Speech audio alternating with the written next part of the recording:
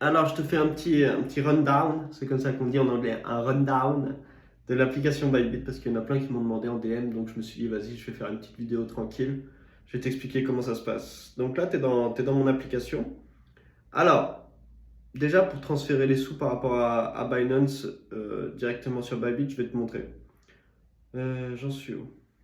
Là, on va prendre mon Binance, un des Binance. Disons que là, j'ai un spot, disons que j'ai du BUSD, j'ai un peu du USDT. Vas-y, on n'a qu'à envoyer ça là. Un petit peu de USDT, on va l'envoyer. Yes. Et on va l'envoyer à travers une adresse. Oh là, ça va être chiant à faire. En gros, là, tu mets cette adresse-là. Je vais pas te montrer en entier parce que ça va être chiant, parce qu'ils vont me demander des codes, des trucs comme ça, et j'ai pas forcément envie de te montrer certaines données de ma vie. Tu fais dépôt. Attends, je te le refais parce que c'est peut-être un peu compliqué là. Là, on est sur la page principale. Tu vas dans actifs, tu vas avoir tous ces actifs-là, tu vas sur spot, dépôt. Là, tu prends cette adresse. Moi, j'utilise toujours BEP20 parce qu'il y a le moins de frais possible. Tu copies, tu mets l'adresse, tu choisis le bon network, BEP20.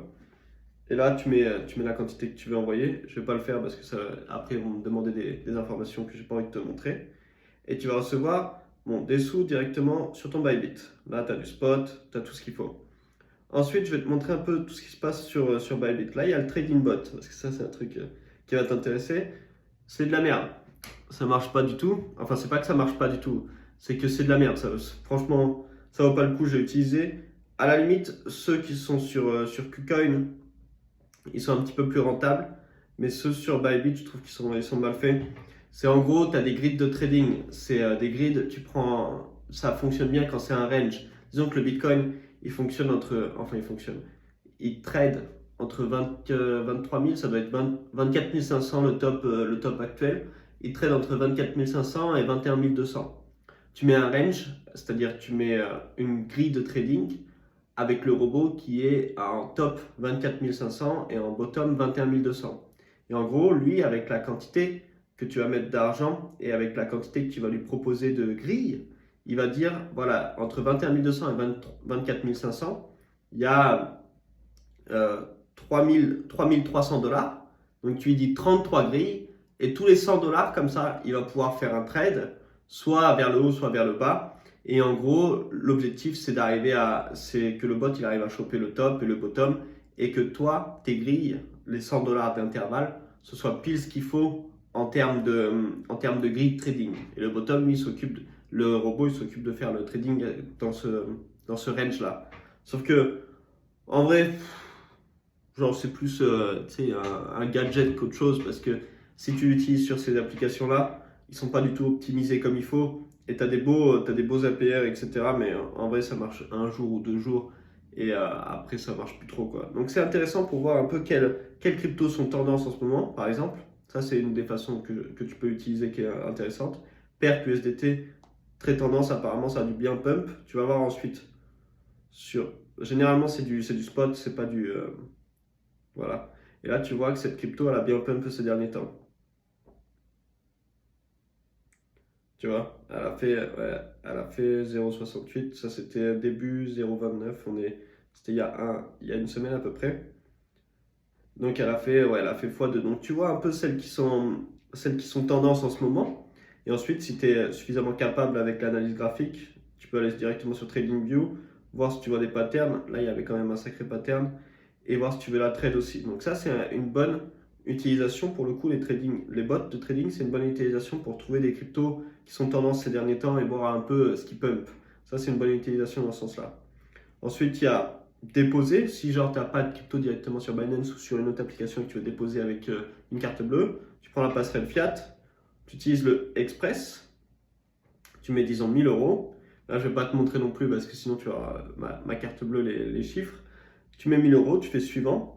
Et là, tu vas pouvoir déposer directement sur l'application. Il me semble directement sur l'application. J'ai fait que sur PC, j'ai jamais fait sur l'application. Tu peux directement déposer avec ta carte bleue et en 5 secondes, tu l'as sur ton compte. Et ensuite, tu as tes USDT qui sont sur ton spot. Donc ça, c'est également ça. J'ai du Earn. Ah oui, j'ai du Earn. Ça, c'est la question que j'ai le plus reçue, le Bybit Earn, parce que c'est pour le coup un bon service, une bonne utilisation.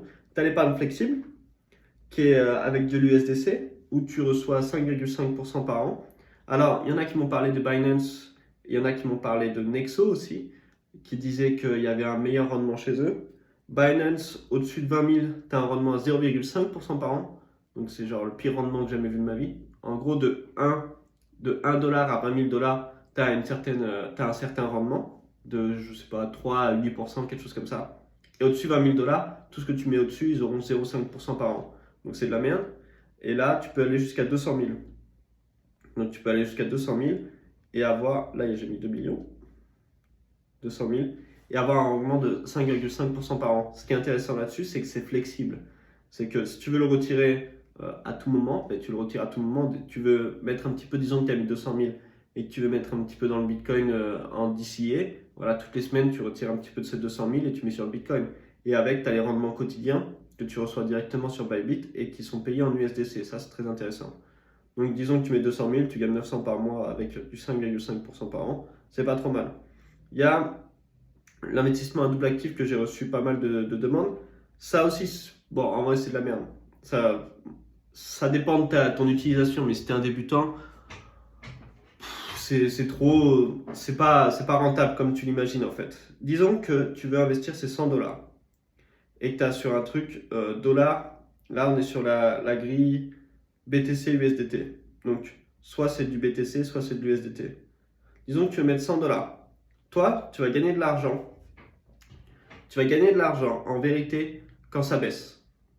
Quand le Bitcoin il monte, disons qu'il est à 20 000 le Bitcoin, et qu'il monte genre à la fin de la journée il monte à 30 000. Toi, à la fin de la journée, si tu as mis ça, tu vas recevoir que 0,71 USDT. Alors que le Bitcoin, il a fait plus 50%. Mais tu reçois 0,7%. Genre, c'est pas rentable. Parce que si tu avais gardé ton Bitcoin, tu aurais gagné 50%. Tu serais passé de 20 000 à 30 000. Donc, en montant, c'est pas rentable. Par contre, en descendant, les 0,0438166, ça correspond à 100 dollars. Et si le Bitcoin il baisse, toi, tu vas recevoir une quantité de Bitcoin qui correspond à 0,70 USDT. Donc, si le Bitcoin y baisse, tu te retrouves avec plus de Bitcoin. En termes de dollars, tu as perdu toujours, tu as toujours perdu des sous, mais en termes de Bitcoin, tu as gagné plus de Bitcoin. Donc, la seule façon pour laquelle tu peux utiliser ce service-là, c'est quand tu as envie d'accumuler plus d'une crypto en particulier et que tu penses qu'elle va baisser dans la journée ou dans les 3 jours ou dans les 5 jours. C'est le seul moment où tu peux utiliser ce service-là. C'est quand tu veux accumuler plus de la crypto en particulier, c'est-à-dire le Bitcoin, et que tu penses qu'elle va baisser dans le jour, dans les 3 jours ou dans les 5 jours. Si tu n'es pas dans ce cas de figure, ça sert à rien d'utiliser ce truc-là. Là, comment j'utilise moi le Bybit le plus, c'est clairement par rapport au trading. Trading, en vrai, beaucoup plus simple à utiliser que Binance. Il y a une façon de faire qui est un peu similaire, mais en termes d'exécution et d'utilisation chez l'utilisateur, c'est beaucoup plus intuitif, je trouve. Par exemple, rien que cette molette-là, elle est beaucoup plus intuitive que celle de Binance. Moi, je préfère largement. Tu as le short, tu as le long. Tu choisis ici si tu veux un isolé en x100, si tu veux perdre tout ton argent directement ou si tu veux attendre un petit peu avec des leviers plus faibles. Et tu peux mettre en isolé ou en croisé. Isolé, en gros, tu mets 1000 dollars. 1000 dollars. Si tu prends un isolé, tu vas pouvoir perdre que tes 1000 dollars. Si tu prends un croisé, tu vas pouvoir perdre tes 1000 dollars. Et disons que là, j'ai 3000 et quelques de disponibles. Si tu prends un croisé, il va pouvoir venir taper dans les 3000 jusqu'à ce qu'il perde tous les 3000.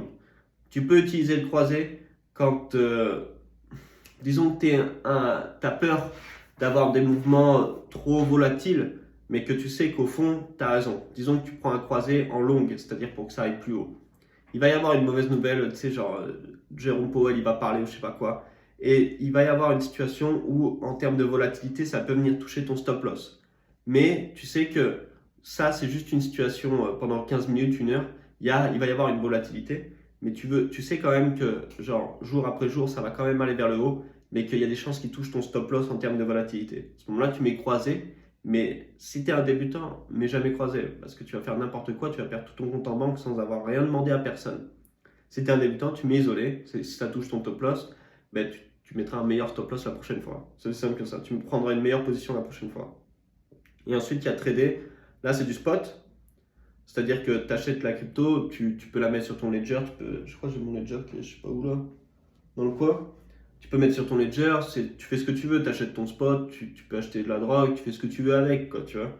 C'est du spot, c'est un bitcoin égal à un bitcoin et tu échanges tes USDT contre un bitcoin, il n'y a pas de levier, tu ne te feras pas liquider, c'est juste tu achètes de la crypto comme du DCA, ce que tu veux faire, quoi.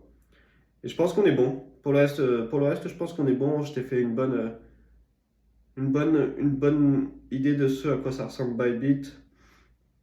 Et voilà, quoi. Vas-y, bisous.